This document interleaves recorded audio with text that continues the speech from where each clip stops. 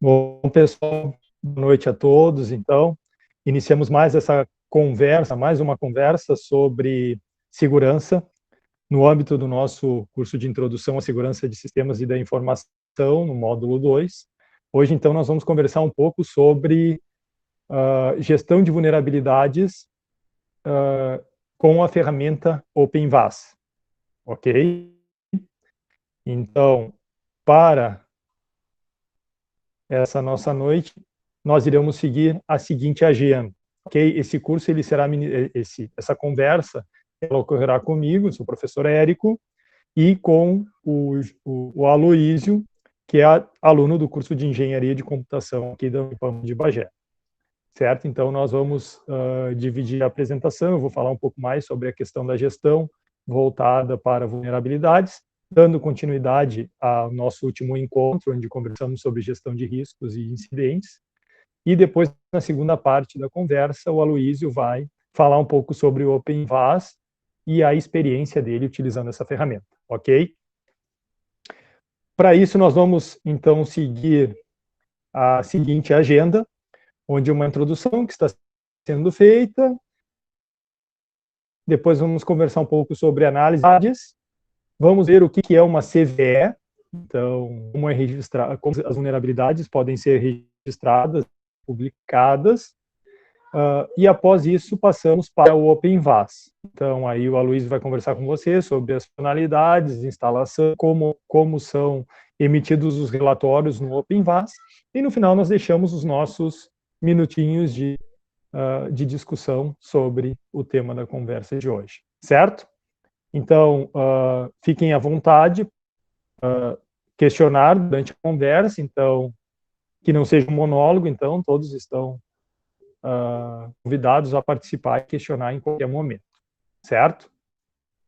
Bom, vulnerabilidades. Nós já estudamos no nosso último tópico do curso, gestão de riscos e incidentes. E lá na gestão de riscos e incidentes, nós vimos um conjunto de termos, dentre eles, vulnerabilidade, né? Nós estudamos e identificamos que vulnerabilidade é qualquer fragilidade que, vinculada a um determinado ativo, certo? Ela possa gerar um impacto na empresa. Então, aí eu trago de volta aquele conjunto de termos que nós discutimos lá no início de gestão de riscos. Lembram, então, o que nós temos como probabilidade, impacto, ameaça e risco? Então, vamos lá, vamos novamente identificar o que eles significam, ok? Então, a vulnerabilidade, uma fragilidade que pode ser inerente ou gerada em cima de um determinado ativo. E lembrando que ativo é tudo que tem importância para uma determinada organização. Nesse caso, nós estamos pautando mais em ativos de informação, ok? Ameaça. Ameaça é qualquer situação, evento ou algo do tipo que possa vir a explorar uma vulnerabilidade, ok? E, por sua vez, probabilidade. O que é a probabilidade? Então, um cálculo ou a possibilidade desta ameaça explorar uma vulnerabilidade. E se isso ocorrer, se essa probabilidade passar de probabilidade para uma ocorrência, nós temos o que é chamado de um incidente. E aí esse incidente ele vai obrigatoriamente gerar um impacto sobre a organização. E esse impacto ele pode ser calculado. Então ele é calculado em termos do custo daquele ativo, da parada ou da falta de acesso àquele ativo, e relacionado ao impacto que ele pode gerar em cima da organização. Então, um exemplo disso é uma empresa que trabalha com e-commerce, tem um de seus servidores lá, seu servidor web fragilizados, então uma ameaça explorou uma determinada vulnerabilidade, uma porta aberta ou qualquer outro tipo, ou até pode o incidente pode ter ocorrido até por uma falta de energia, que também gera um incidente, e a partir daí essa empresa ficou fora do ar por 15 minutos, 30 minutos, 1 hora. Ok, o impacto vai ser o quanto essa empresa perdeu de vendas, ou seja, pensando no seu foco, pensando na sua linha de ação, o quanto essa empresa perdeu financeiramente por estar fora do ar durante esse determinado tempo. Então, esse é um impacto. E a relação entre risco e a relação entre o impacto e a probabilidade permite o cálculo do risco de um determinado incidente ocorrer ou de uma determinada vulnerabilidade ser explorada por uma ameaça. E esse risco ele vai ser o quanto maior, ele vai ser maior à medida que minha probabilidade aumentar e que o impacto gerado sobre a organização também for alto. Ok? Então aí nós podemos escalonar os riscos. E aí vem aquela conversa que nós tivemos aí no nosso último encontro, quando discutimos um pouco sobre gestão de riscos. Então, tendo aqui novamente alguns pontos, então olhando para a área de TI, então o que nós temos de TI publicado, então eu trouxe aqui alguns posts que mostram justamente quais são esses impactos que são gerados quando vulnerabilidades são exploradas. Então aqui eu optei por trazer de 2 anos para cá, de 2018, alguma coisa ali sobre 2017 até 2020, para a gente olhar um pouco o que gera esses impactos sobre a organização e como isso pode ser mensurado financeiramente. Então, aqui a gente tem um post que fala sobre um dos maiores incidentes de segurança que ocorreu no Brasil. Então, ele mostra ali, ele mostra, trazendo a informação de que, olha o custo, ou seja, o quanto nós tivemos de vulnerabilidades plotadas e identificadas em 2017. Então, foram mais de 14.600 vulnerabilidades, ok? Isso só no ano de 2017. Essas foram vulnerabilidades reportadas sobre os sistemas e elas trouxeram um foco muito grande para essa área de gestão de vulnerabilidades e de riscos, né? Ou seja, em 2017, houve um aumento de 120% na identificação de vulnerabilidades em relação ao ano de 2016. E aí, esse incidente que eles reportam em 2017 foi justamente o que ocorreu na base de dados do Netshoes, a qual ela foi atacada, né, por um hacker que se identificava como Defrank, que teve acesso a documentos e dados de mais de 2 milhões de usuários na Netshoes. Então, imagina, um atacante, ele conseguiu, através de uma vulnerabilidade, ter um acesso à sua base de dados, de informações de clientes e, com isso, fragilizar um número muito grande de dados de usuários. Imagina o impacto disso para a organização. Não só para o usuário que teve os seus dados expostos, mas para aquela organização que trabalha com e-commerce e que o ganha-pão dela se dá sobre vendas e sobre a segurança que ela dá para os seus clientes, ela tem um risco desses explorado, então ela tem um incidente desses reportado, então com um número muito grande de dados dos seus clientes expostos. Então aqui eu trago outro também, seguindo nessa linha da Infonova, os 7 piores casos de invasão de empresas e de vazamento de dados, também onde vulnerabilidades foram exploradas. Então, agora a gente vai olhar rapidamente sobre elas. Olhando quais são as estatísticas, iniciando pelas estatísticas que são pertinentes no cenário atual sobre segurança da informação e que são reportadas pela Gartner, ok? Primeiro, ele está falando aqui, olha, percebam que é a partir de 2018, né? Falando num aumento de gastos que chegaria a uma marca lá em 2018, de 96 bilhões de dólares, e um aumento de quase 10% em relação a 2017 no investimento na área de identificação de redução de mitigação de fragilidades. Então, olha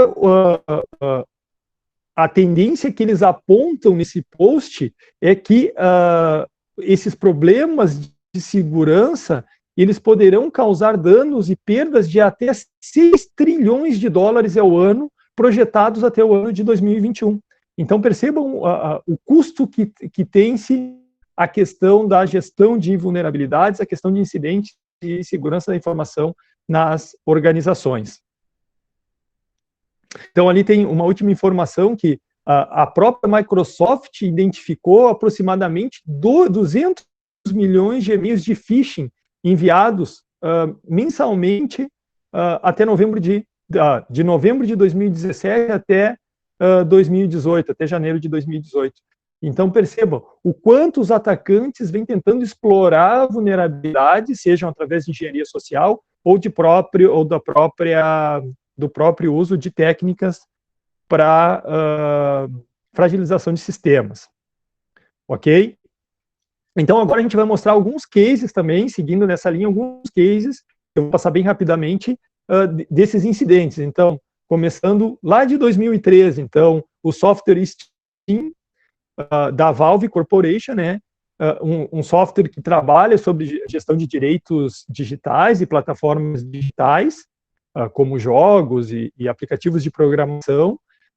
Ele teve lá um ataque ou um incidente onde os invasores conseguiram ter acesso aos servidores e fragilizar informações, ou seja, disponibilizar e expor informações de logins e números de cartão de crédito dos seus usuários. E olha que o software tinha em torno de 35 milhões de usuários. Depois nós tivemos em 2011 o caso da PlayStation, onde essa empresa sofreu ataques virtuais durante um período que ocasionou a interrupção de seus serviços por 40 dias, e assim afetando mais de 77 milhões de usuários.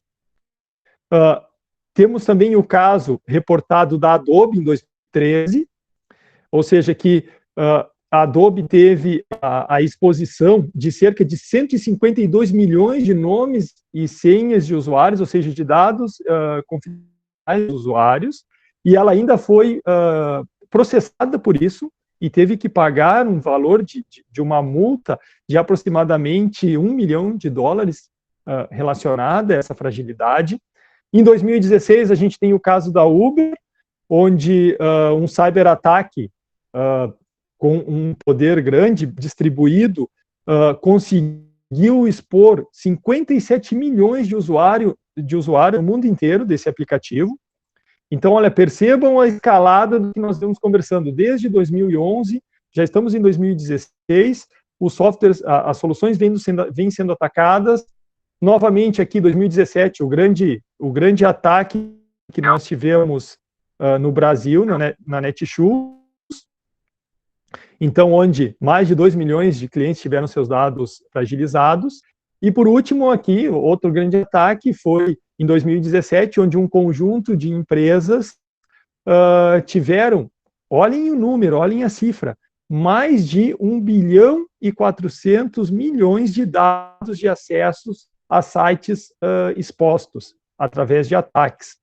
Então, percebam a importância que nós temos agora, olhando para isso e olhando para a realidade das empresas, a importância que existe, que deve ser dado para a segurança da informação. E imaginem que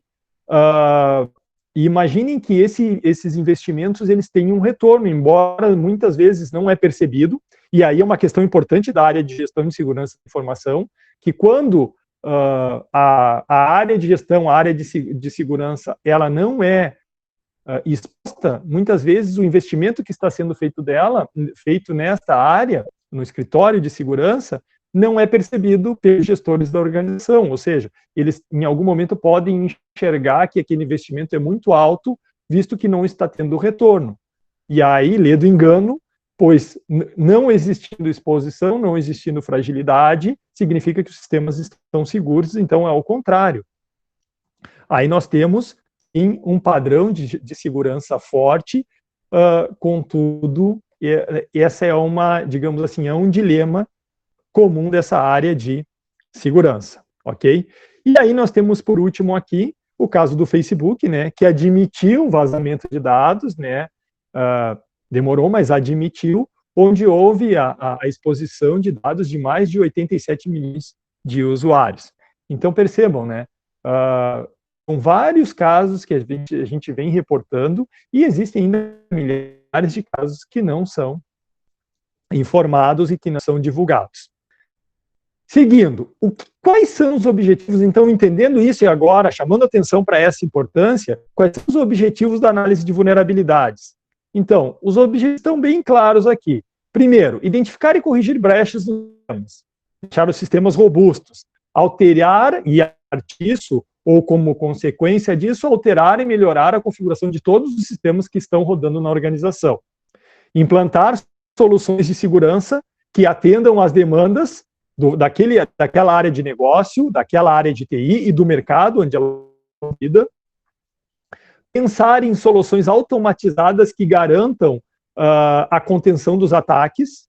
Então, uma das formas mais, digamos, eficientes para isso, e se usam recursos, e cada vez mais a gente tem encontrado recursos que usam alta tecnologia, como inteligência artificial, análise estatística, predição, e aí por diante, que permitam se agir de forma proativa, diminuindo as vulnerabilidades e tentando expor e reduzir as ameaças ao mesmo tempo, e isso, consequentemente, diminui o risco para a organização. Então, melhora a sua imagem no mercado. Lembrando, né, melhoria contínua, então a melhoria contínua é realizar tudo isso em um ciclo e nunca esquecendo de uma área que é extremamente importante, que é a documentação de todas as rotinas envolvidas, a fim de que o processo possa ocorrer da melhor maneira possível. Ok? Seguindo, quais são os passos, então, que normalmente são seguidos para a análise de vulnerabilidades?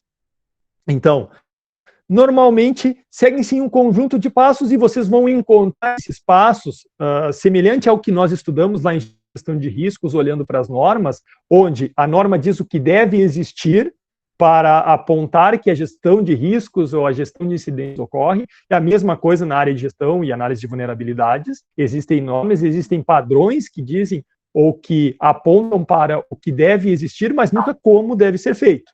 E aí vem a questão do know-how e do expertise dos profissionais que vão estar envolvidos neste processo. Então, aqui eu trago alguns passos ou algumas ações que estão envolvidas na análise de vulnerabilidades. Primeiro, identificar os ativos. Entre parênteses, pensem e relacionem, nós estamos conversando agora com a gestão de riscos, porque está diretamente vinculado. Então, vamos lá, novamente, eu preciso identificar os ativos e valorar esses ativos. E, a partir deles, identificando esses ativos, tentar descobrir quais são as suas vulnerabilidades. E hoje a gente está pautando em cima, a gente vai terminar a nossa conversa, e o nosso tópico está pautado sobre uma ferramenta que faz uma análise de vulnerabilidades em equipamentos e em ambientes de rede, que é a OpenVAS, ou seja, faz o scan de vulnerabilidades, certo? Lembrando que vulnerabilidade é qualquer ação ou situação que possa fragilizar um determinado, ou permitir um acesso indesejado, ou fragilizar um determinado ativo.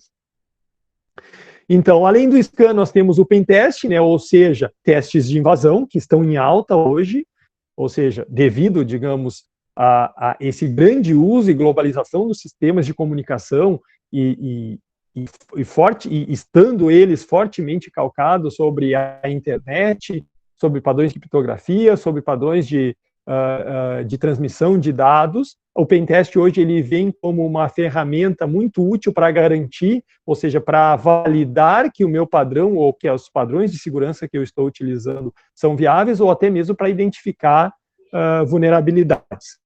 Bom, e aí nessa primeira parte a gente identificou os ativos e buscou vulnerabilidades. Então eu tenho a identificação das vulnerabilidades, a partir daí vamos seguir um ciclo muito próximo ao ciclo de gestão de riscos. Vamos classificar essas vulnerabilidades, tentar tratá-las ou corrigi-las, realizar um monitoramento e controle constante das mesmas. Percebam que esse conjunto de ações está muito próximo ao que fazíamos na gestão de riscos. E também é fortemente indicado que exista a implantação de uma forte política de segurança que envolva essas questões de análise e de redução de vulnerabilidades para reduzir o risco e assim por diante, e também calcado em cima de treinamento e capacitação das pessoas que estão envolvidas, não só na área de segurança, mas todos os colaboradores que fazem parte da organização. Então, aqui eu trago um exemplo de identificação de ameaças e de ativos que é proposto pela Microsoft, que é o método chamado de STRIDE.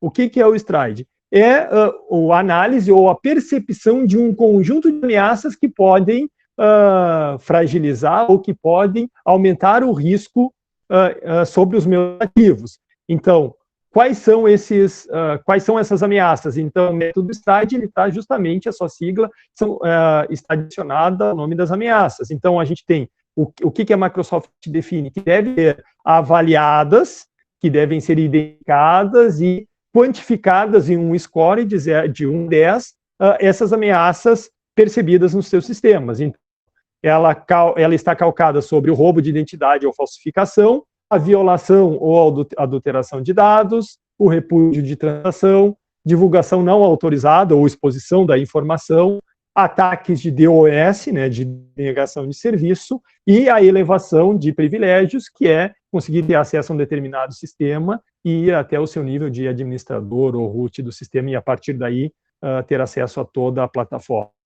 Ok? Então, todas essas ameaças sendo identificadas têm que ser quantificadas e deve ocorrer a mitigação, a redução, a nível de redução desse score. Ok? Então, esse é o método STRIDE, que é o método proposto pela Microsoft. Seguindo, nós temos o ponto que nos interessa, que é a gestão de vulnerabilidade. Então, a gente viu como realizar análise de vulnerabilidade, ela está bem alinhada ao que nós vamos ver aqui na gestão. O que é gerir? É administrar, é fazer análise e avaliar as vulnerabilidades que nós temos no nosso sistema. Então, como ocorre a gestão de vulnerabilidade segundo a Gartner?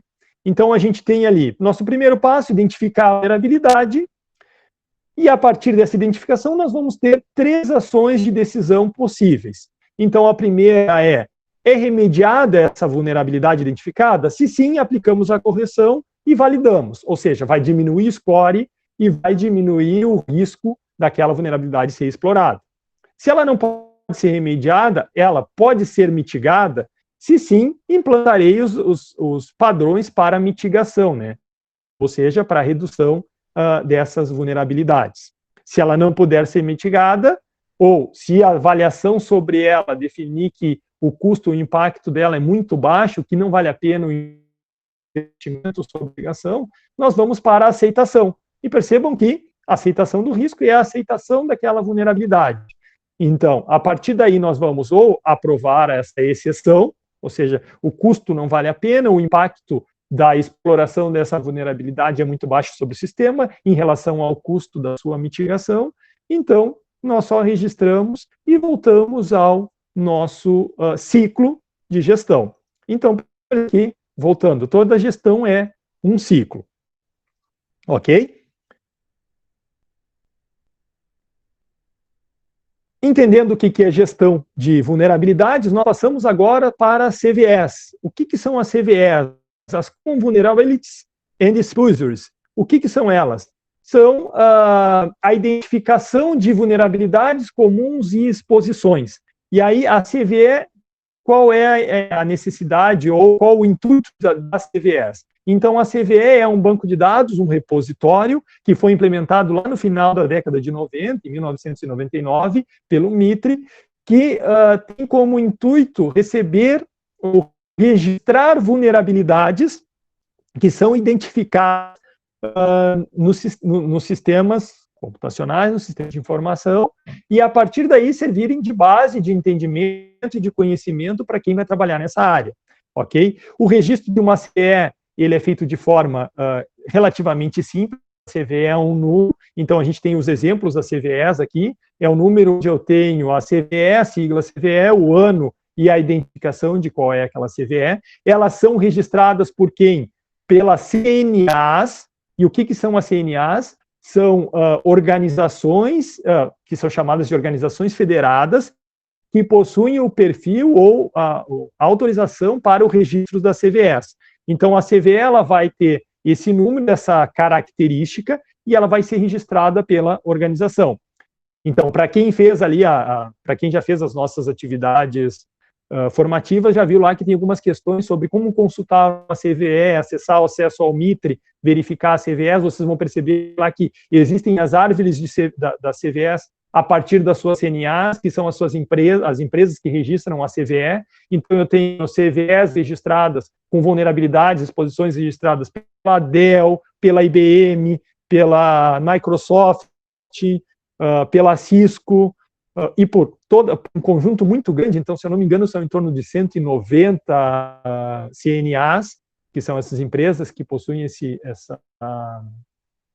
padrão de registro da CVEs, ok? As CVEs, por sua vez, elas podem, ao momento que elas são registradas, ou que elas tentam ser registradas, elas podem ter status específicos. Então, status de entry, que são CVEs que já foram registradas, de candidates, são CVEs que estão sendo registradas, mas não foram ainda. Reserved reservadas são CVEs que estão em tudo.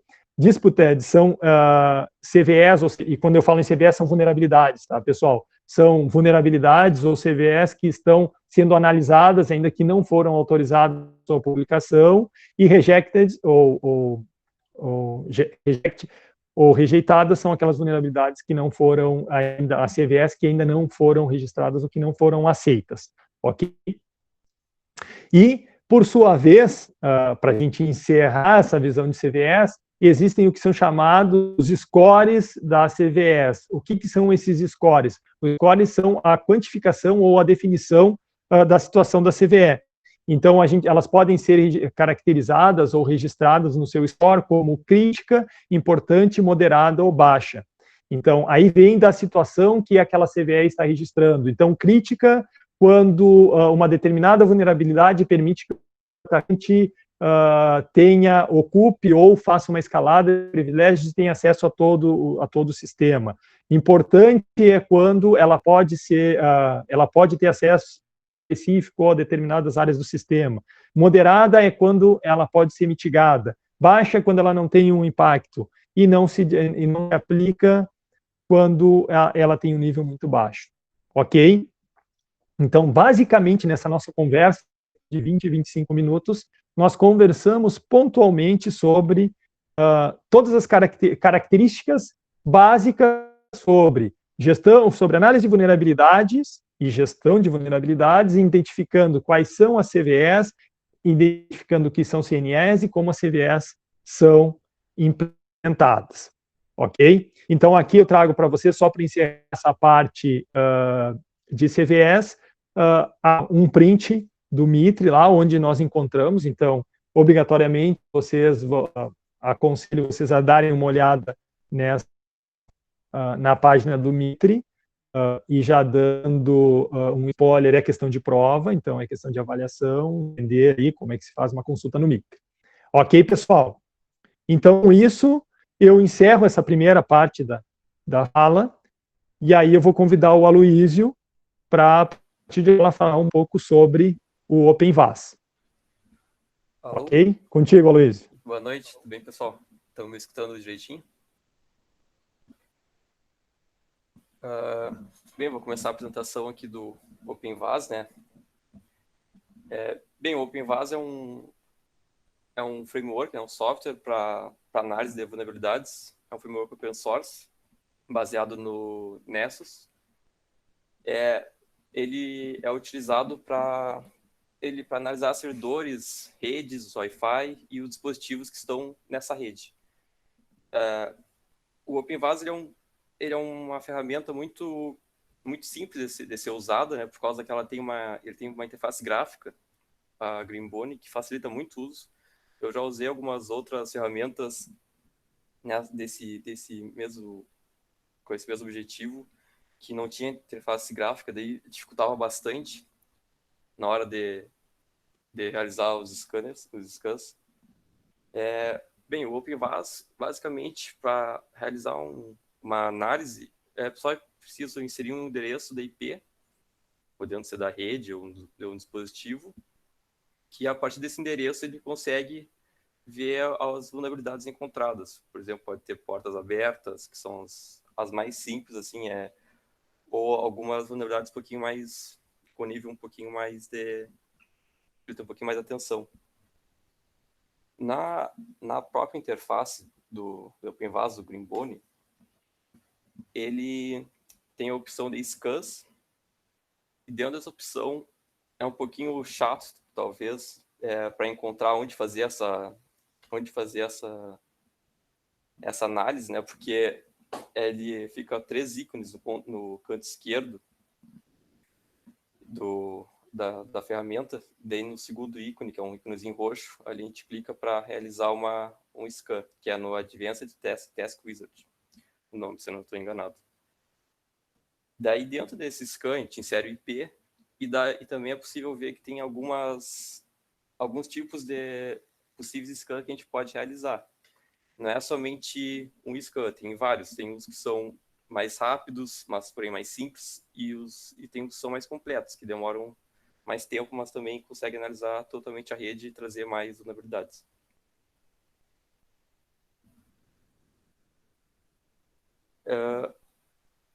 Bem, depois que o scan é feito, terminado, esse tempo do scan varia muito com a rede, né? Você tem muitos dispositivos conectados também.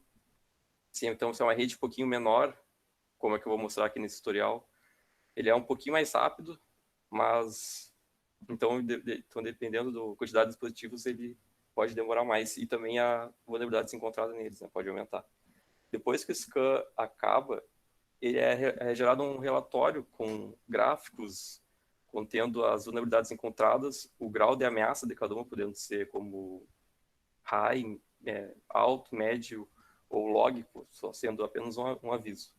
Mas isso aí a gente vê melhor no final do tutorial. Bem, agora para a instalação do OpenVAS, é bem simples para instalar. Eu instalei ele no Kali Linux, né, numa máquina virtual usando Kali, mas é possível instalar em qualquer distribuição Linux que é usado. E o Kali é baseado no Debian, então qualquer Debian também pode ser, Ubuntu, qualquer dessas funciona normalmente. Antes de instalar o OpenVAS, é sempre importante atualizar o sistema, né, e os pacotes. E depois de ser atualizado o sistema e os pacotes, daí sim começa a instalação do OpenVAS. Se o professor, o Hélio, conseguir passar para mim, só para falar os comandos ali.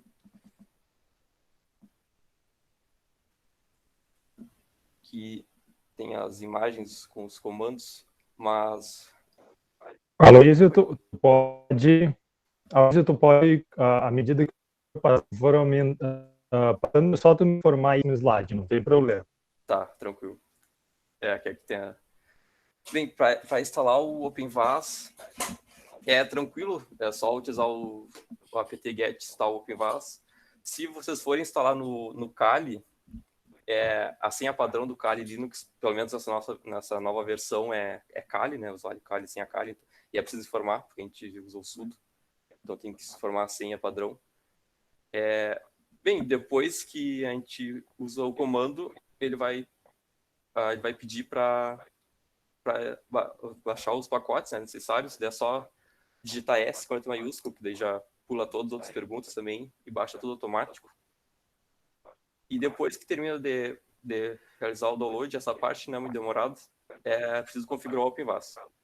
Para configurar o OpenVAS, é a parte mais demorada da instalação, que é só digitar o OpenVAS Setup, que ele começa a configurar automaticamente, não é preciso fazer nada, só tem que esperar.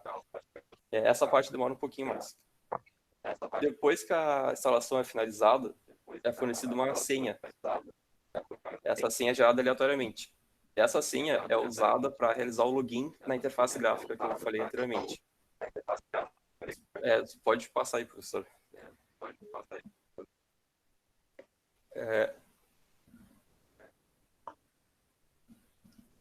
Aí.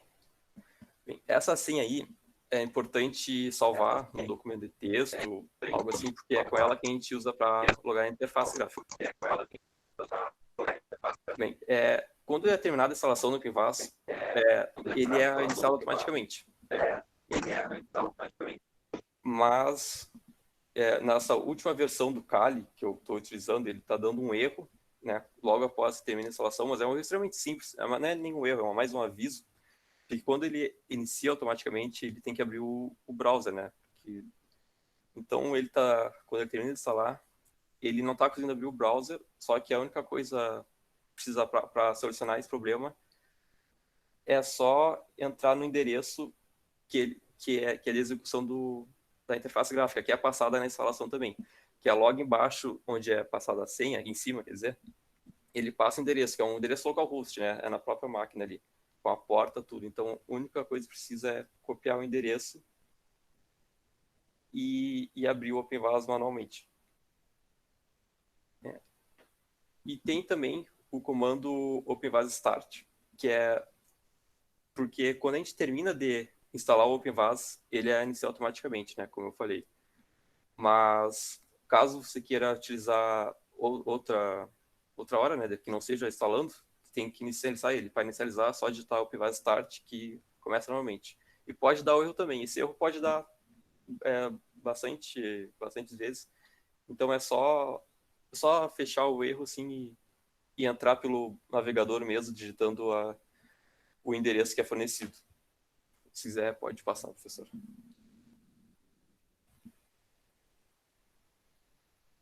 Aí pode passar também. Esse aí é o erro, essa é a linha do erro que aparece, que não consegue abrir o browser.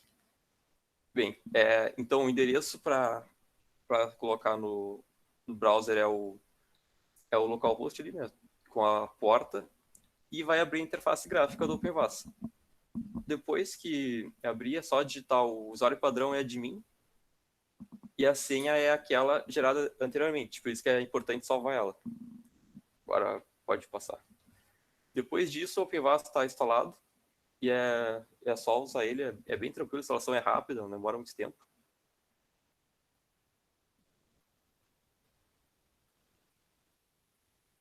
Pode passar, professor. Aqui.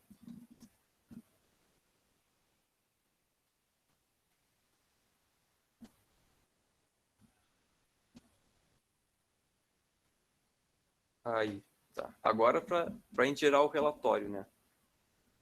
Como eu disse, na interface é extremamente fácil de se usar e é bastante intuitivo. Então, para gerar o primeiro scanner, no caso, a primeira análise, quando tu abre a interface do OpenVAS, ele tem várias opções no menu.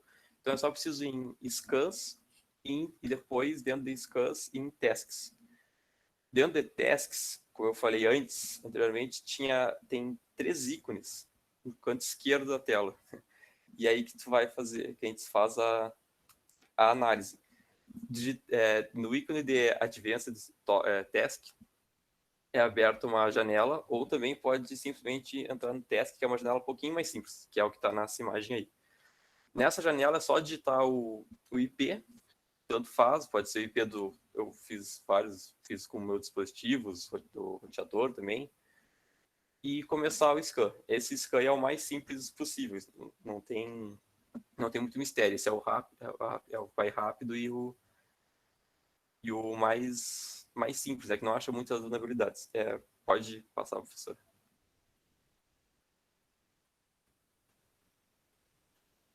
Bem, para uma análise um pouquinho melhor, né, é possível usar o Advanced Task, que daí dentro, se a gente digita o IP novamente, pode dar um nome também, pode criar, por exemplo, um horário que tu queira executar essa análise, né? E dentro de Scan Config tem algumas opções para utilizar algumas opções de scans, que podem ser Full and Fast, que é a mais rápida, que é a mesma utilizada na última imagem ali. Tem também uma Full e Deep, que é um pouquinho mais demorada, e por aí vai, né? Pode passar, professor.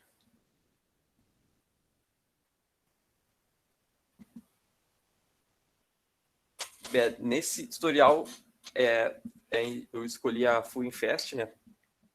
Só para ter uma ideia como é que funciona. O importante também falar que é bom realizar todas todas as opções possíveis, né? Só para ver se consegue achar mais vulnerabilidades. Eu fiz todas, né? Eu fiz todas e sempre encontra mesmo, nem que seja uma vulnerabilidade a mais encontro. E normalmente essa vulnerabilidade é degrau de risco alto, né? Então é importante fazer. Eu fiz essa que eu estou mostrando agora na apresentação, foi feita aqui em casa, né? Que é uma rede pequena, uma rede residencial mesmo. Se quiser, o professor pode passar, que daí agora na imagem mostra os dispositivos conectados. Eu com o meu computador, meu notebook, 2 celulares e tem um roteador, né? É coisa bem pequena mesmo, mas já dá para ter uma ideia de como funciona a ferramenta. E mesmo nessa rede pequena eu encontrei vulnerabilidades. Pode passar, professor. Aloysio, é bom só frisar que, embora tu tenha feito um teste local dentro da rede pessoal dele, na verdade, isso foi um projeto que que nós vimos trabalhando lá no âmbito do nosso grupo de segurança. A ferramenta ela te permite analisar desde equipamentos simples, ou seja, analisar apenas um host, um conjunto de hosts, um servidor e até uma rede. Então, aqui é só um case onde o Aloysio está mostrando uma solução básica, usando que qualquer um de vocês pode em casa. Basta identificar o esquema de rede de identificar lá qual é a máscara de rede, os IPs estão sendo utilizados, e você já pode enrolar a ferramenta para ver esse teste para identificar o relatório que é fornecido pelo OpenVAS. Isso. Eu fiz até scans já com o meu celular também, para ver o que acontecia, né? Coloquei o IP do celular, tudo. Só ver o que aparecia. Aí dá para fazer com tudo, né? Bem, depois que o scan acaba, ele é mostrado o relatório. Esse relatório contém os gráficos e cada vulnerabilidade. Nesse caso aí, ele mostra, o vermelho é a vulnerabilidade muito alta, né? E nessa imagem eu fiz 2 scans. O outro scan tá no texto escrito, né, que a gente fez. E nesse scan Full Fast, pode passar, professor.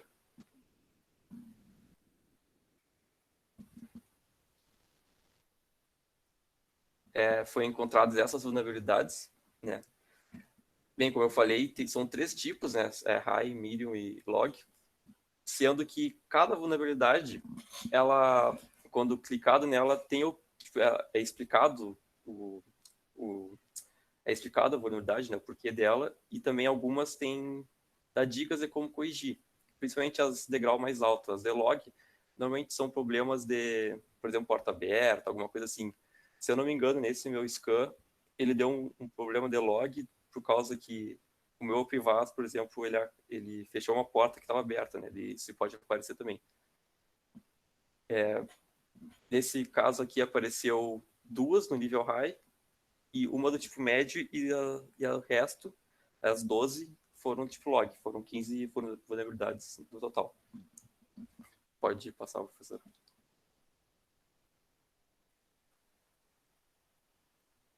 E aí é o gráfico gerado, né? Esse gráfico é gerado no final do scan, junto com as vulnerabilidades. Pode passar.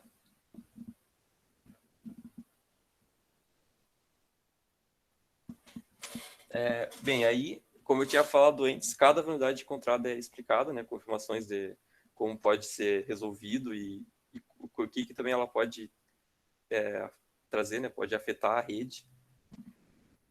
E também, se a vulnerabilidade for do tipo log, que é um aviso, normalmente, ela normalmente não tem grau de explicação, é mais a descrição dela. Só que são problemas simples, esses tipos de log, né? De serem resolvidos. E eu acredito que seja isso para a utilização do OpenVAS.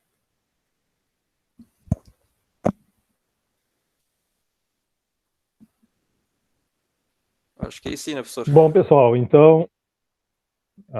perfeito. Uma fala, lembrando que nós estamos num curso de introdução, né? Então, a gente tem a oportunidade de fazer vários testes e de apresentar o que a gente vem pesquisando. Vamos aproveitar então agora, a gente tem aí em torno de 10 minutos de tempo livre a partir da nossa apresentação.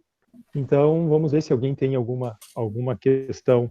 Ali estava se discutindo, né, sobre utilização de plataformas e ferramentas para análise de vulnerabilidades, e ferramentas voltadas para a área de segurança como um todo, né.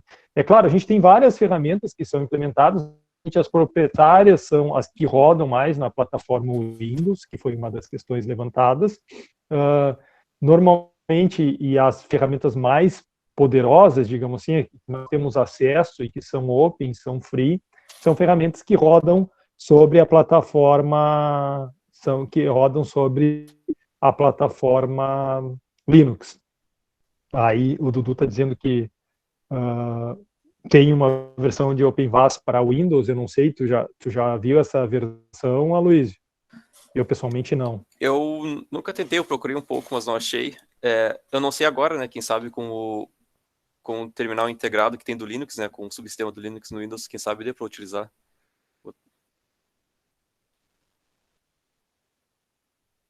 Pois talvez até exista, também não é de meu conhecimento.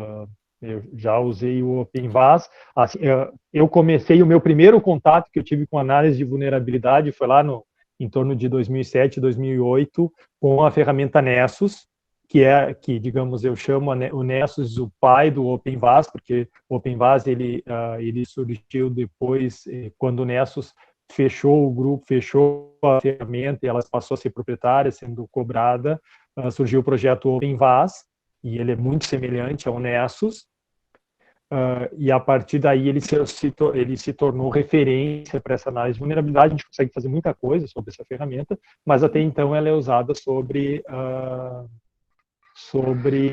a plataforma Linux. Não cheguei a verificar se existia uma distribuição para o Windows.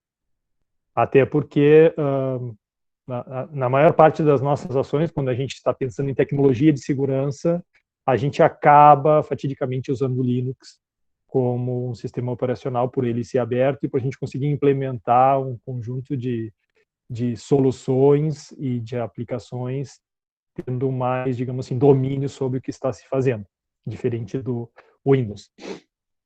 É importante salientar que o OpenVAS, assim como o Nessus, ele mostra o seu conjunto de relatórios com base no NVD. E o que é o NVD? O NVD é uma base de dados muito próxima ao CVS. Na verdade, ela usa a CVS como parte da sua base de dados.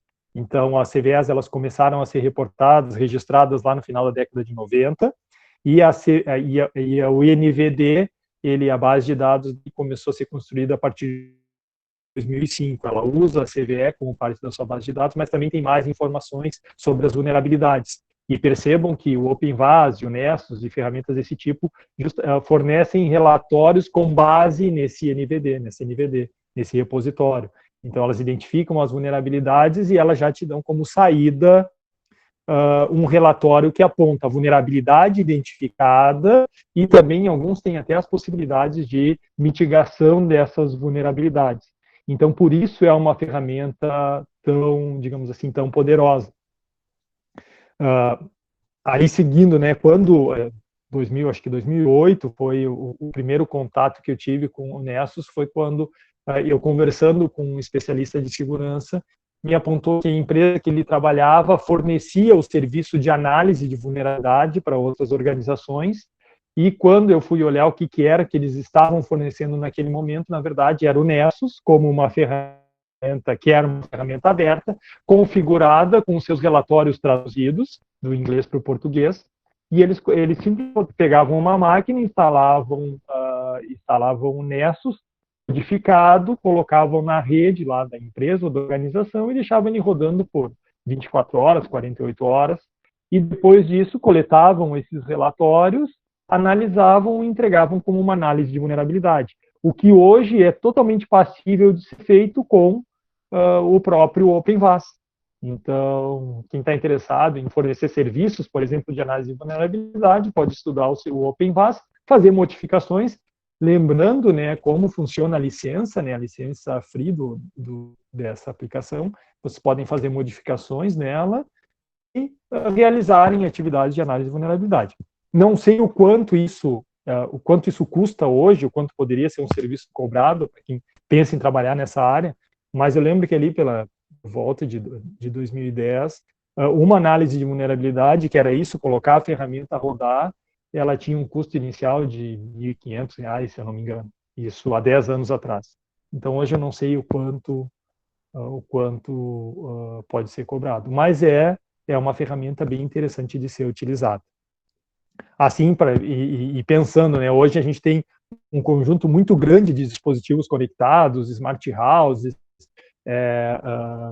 IoT, várias ferramentas e componentes conectados em cima de uma rede de dados. Então, como eu posso ficar a par das vulnerabilidades que estão inerentes a esses dispositivos? Uma forma é usar uma ferramenta desse tipo, que te permite, de forma automatizada e rápida, identificar se existem fragilidades que podem ser exploradas. Certo? Aloysio, não sei se tu quer complementar. Não, acho que não tem nada para comentar, não. Eu vi que alguém perguntou ali como é que faz para ver o endereço. Ali tem... Sim. O endereço é padrão, se eu não estou enganado, que é o 27.0.0.1, com a porta que é 9392, é o padrão para todo mundo. E para entrar no OpenVAS, caso esqueça, só digitar ali no navegador que ele entra. Só que tem que estar com o OpenVAS ligado, né?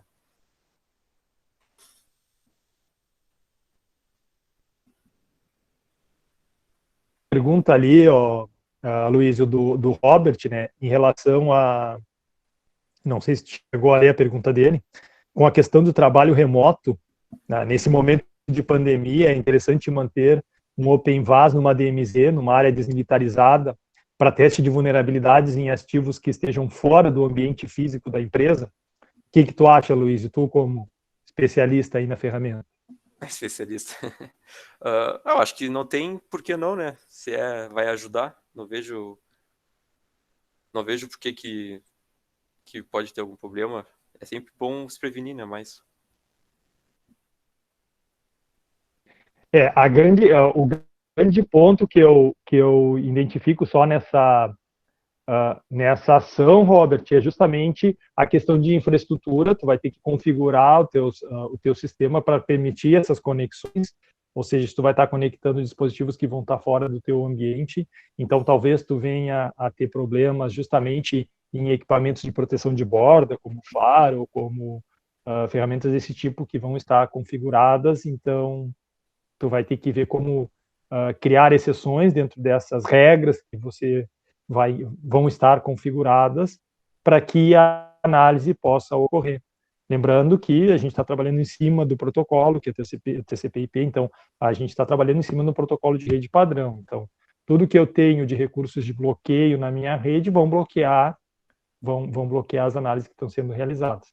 É claro, ele faz uma análise de nível mais baixo, então ele permite identificar portas abertas, identificar vulnerabilidades que estão registradas de acordo com a sua CVS. Mas eu concordo com o Aloysio também. Eu acho que se você tem esse conhecimento e pode implementar uma solução para a empresa, para a organização, para a residência, se é viável, eu acho que é bem interessante de se fazer.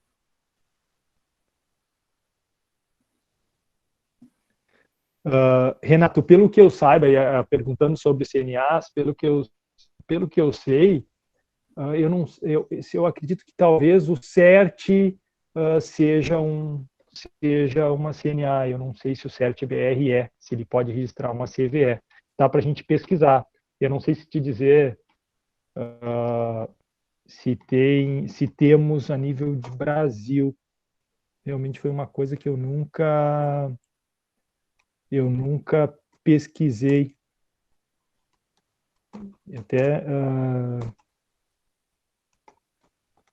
não sei te dizer assim se existe uma empresa no Brasil. É uma coisa que a gente posso dar uma olhada e depois até te responder. Se tu quiser, tu pode até me mandar um e-mail, a gente faz uma pesquisa sobre isso.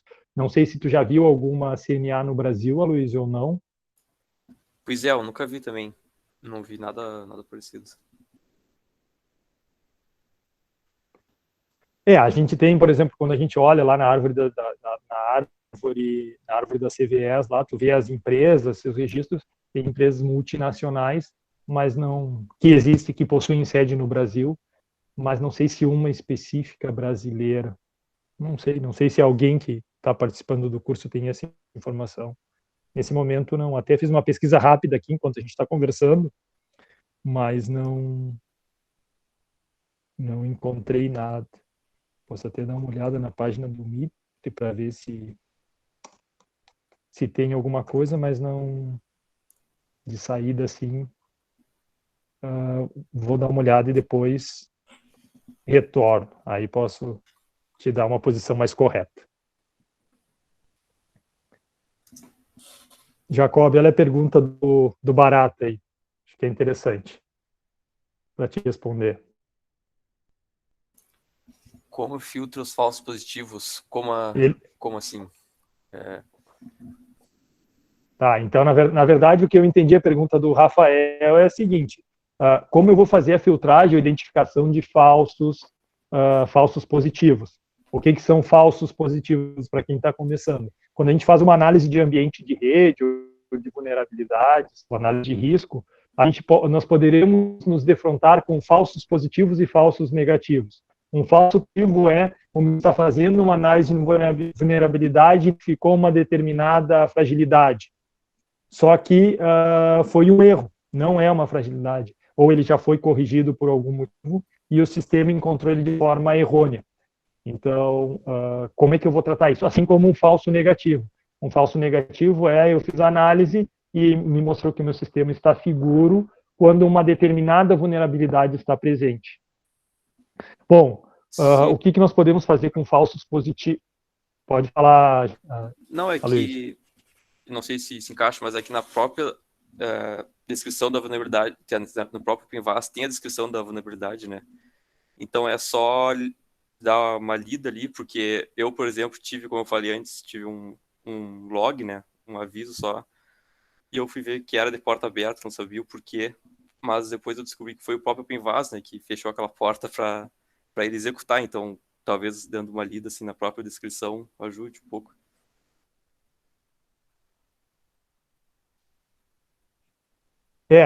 Ao analisar o relatório que é gerado pela ferramenta, tu poderá se defrontar com questões de falsos negativos ou falsos positivos. Aí vem ou da expertise ou de pesquisas que você vai realizar, lembrando que o processo de gestão da vulnerabilidade envolve a identificação da vulnerabilidade e, a partir daí, o seu tratamento. Então, de alguma maneira, o especialista vai ter que, ao identificar, ao ter acesso ao relatório, tentar verificar se as vulnerabilidades realmente as que foram identificadas realmente são vulnerabilidades.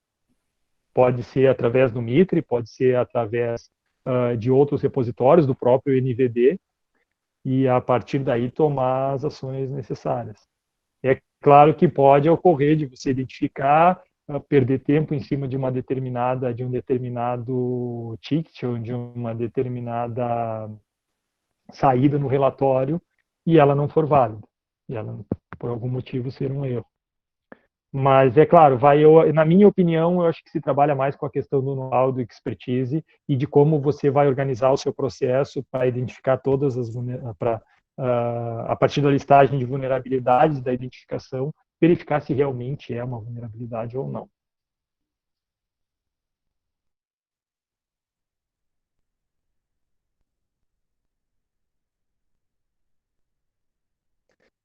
Robert, eu não entendi a tua pergunta. Tu pode esclarecer? Se tu quiser abrir o teu microfone aí, fica à vontade. Se alguém quiser abrir o microfone, pessoal, a gente tem mais uns 5 minutinhos aí, a gente começou 8h10.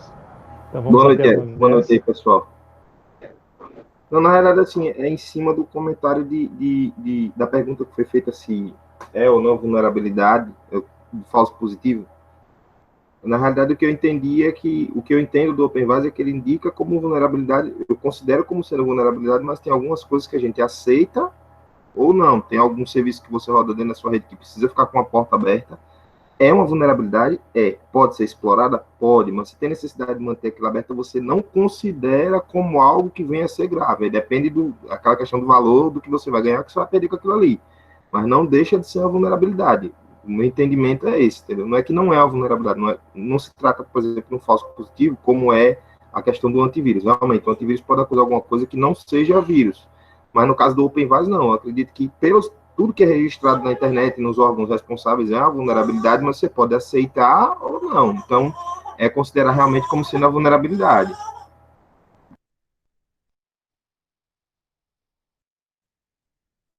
Isso aí, Robert, concordo contigo.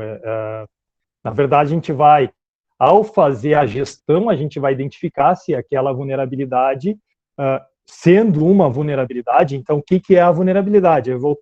Nós temos que nos ater ao que diz a teoria sobre vulnerabilidade, que é qualquer fragilidade que possa vir a ser explorada sobre um ativo.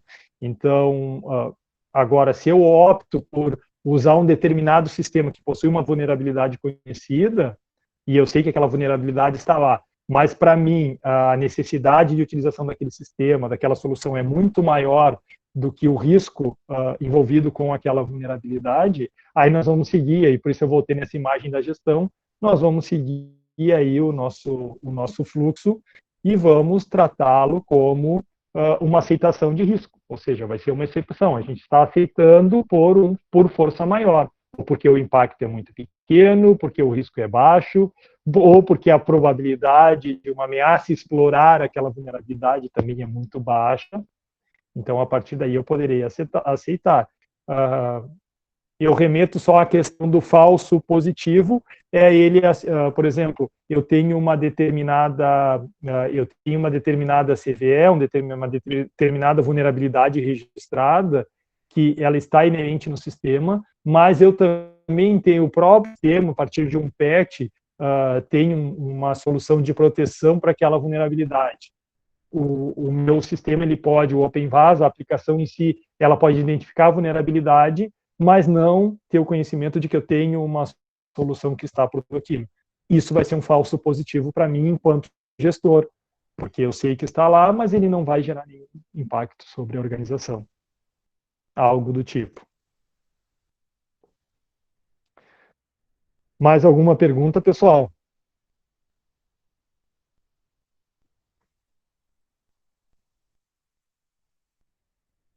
Se vocês quiserem, pessoal, acredito que todos devam ter passado ali pelas atividades formativas, percebam que o conjunto de questões que nós estamos colocando lá para vocês estudarem são questões que são bem abrangentes. Então, só aproveitando esses minutinhos para falar um pouco lá da construção de como estão sendo construídas as aulas, né? Então percebam que lá existe um conjunto de questões que são questões de concurso, questões que extrapolam um pouco os conteúdos que a gente está colocando dentro do tópico, e o intuito justamente é motivar vocês, desafiar vocês a buscar respostas e entender o que é cobrado em ambiente de concurso, ou mesmo quando a gente fala em questões de seleções para a área de segurança. Ok? E essas questões que vocês vêm trazendo aqui durante essa nossa conversa justamente apontam para isso, né? A questão ali que a Adriane falou sobre o nível de dificuldade das avaliações, a gente pensa, a gente não considera que elas sejam tão difíceis, que elas tenham um nível de dificuldade tão grande que os alunos não consigam desenvolver respostas e alcançar uma nota. A gente está pautando a nossa média como uma média 6, ou seja, o aluno tem que ter entendido minimamente 60%, isso na avaliação, e a avaliação ela é totalmente calcada sobre os conteúdos que estão no tópico, embora a nossa atividade formativa ela tenha uma abrangência maior que os conteúdos do tópico dentro do tema de estudo, a avaliação nunca foge do que está dentro, do que está sendo apresentado dentro do tópico, mas a gente procura explorar essa capacidade de vocês de construção de conhecimento e de resolução de problemas. E as questões estão sendo feitas assim. Então, o intuito, Adriane, é justamente fazer vocês pensar, se ela fosse fácil, não teria graça. Então, a ideia é fazer vocês mesmos raciocinarem. mas a gente está vendo que as médias de notas, eu estou acompanhando, depende de vocês, os alunos estão com médias muito boas. A gente tem alguns pontos fora de curva, de notas mais baixas, mas às vezes porque o aluno não estava no momento ali de responder ou por algum outro motivo, mas acredito que esteja no nível bom. E aí, voltando à fala lá da nossa aula inaugural do Christopher, que foi um aluno que fez o primeiro módulo do curso, e ele no segundo fez uma exposição lá que os conteúdos que ele estudou e as provas nesses mesmos níveis o auxiliaram a realizar atividades ou provas de certificação, e que ele estava galgando certificação e que ele considerava que o curso estava bem organizado, o que para nós foi um feedback positivo. Mas é claro, ao final do curso, eu vou lá um formulário, um instrumento de pesquisa para que vocês deem as opiniões de vocês e nós vamos aprimorar, que a ideia é disponibilizar as edições desse curso. O Christian perguntou ali se a gente poderia disponibilizar junto do vídeo no Moodle o link do vídeo para o YouTube. Ok. Christian, a gente tem um canal, eu já passei por mensagem para todos, mas eu vou colocar lá no início da nossa sala no Moodle o endereço do nosso canal no YouTube. Então, o canal ele é um canal de segurança de sistemas e da informação, ele é um canal mais abrangente, mas todos esses nossos encontros e essas nossas conversas vão estar armazenadas nesse canal. Quem quiser pode se inscrever e, a partir daí, vai ficar recebendo lá informações sobre tudo de novo que acontecer no âmbito do Unihack, do programa Universidade Hack, que a gente, os encontros, as conversas, os hands-on, os tech talks sobre os temas de segurança, nós vamos disponibilizar lá para quem tiver interesse e para quem gostar de ocupar lá o seu tempo disponível assistindo vídeos e aprimorando o conhecimento dessa área. Certo? Isso aí, eu acabou de colocar ali na tela o endereço para o nosso canal. Esse vídeo, terminando a nossa, e lembrando, né, a gente termina as nossas atividades, eu já baixo o vídeo, coloco no canal, disponibilizo no YouTube, e também as apresentações também ficam lá na área do nosso meeting, da nossa conversa. Ok? Pessoal, eu vou agradecer então a presença de todos, ocupamos a nossa hora de conversa hoje. Agradeço também ao Aloysio. Aloysio, não sei se você quer se manifestar. Não, só agradecer ao pessoal aí também que assistiu a aula. Gostei bastante.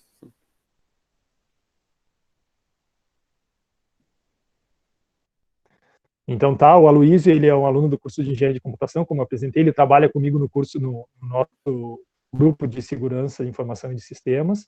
Então agradeço ao Aloysio pela disponibilidade de organizar o material e auxiliar a organizar todo. Então ele é o instrutor principal desse tópico. E lembro a todos, pessoal, que amanhã, a partir das 8 horas, das 8 às 23h55, nós temos a nossa avaliação deste tópico. Então, tudo que nós vimos aqui poderá estar contido na avaliação de amanhã. Então, boa sorte a todos, agradeço a presença de hoje e encerro aqui a nossa gravação. Boa prova amanhã, e lembrando que depois de amanhã inicia o tópico de blockchain. Um abraço, pessoal.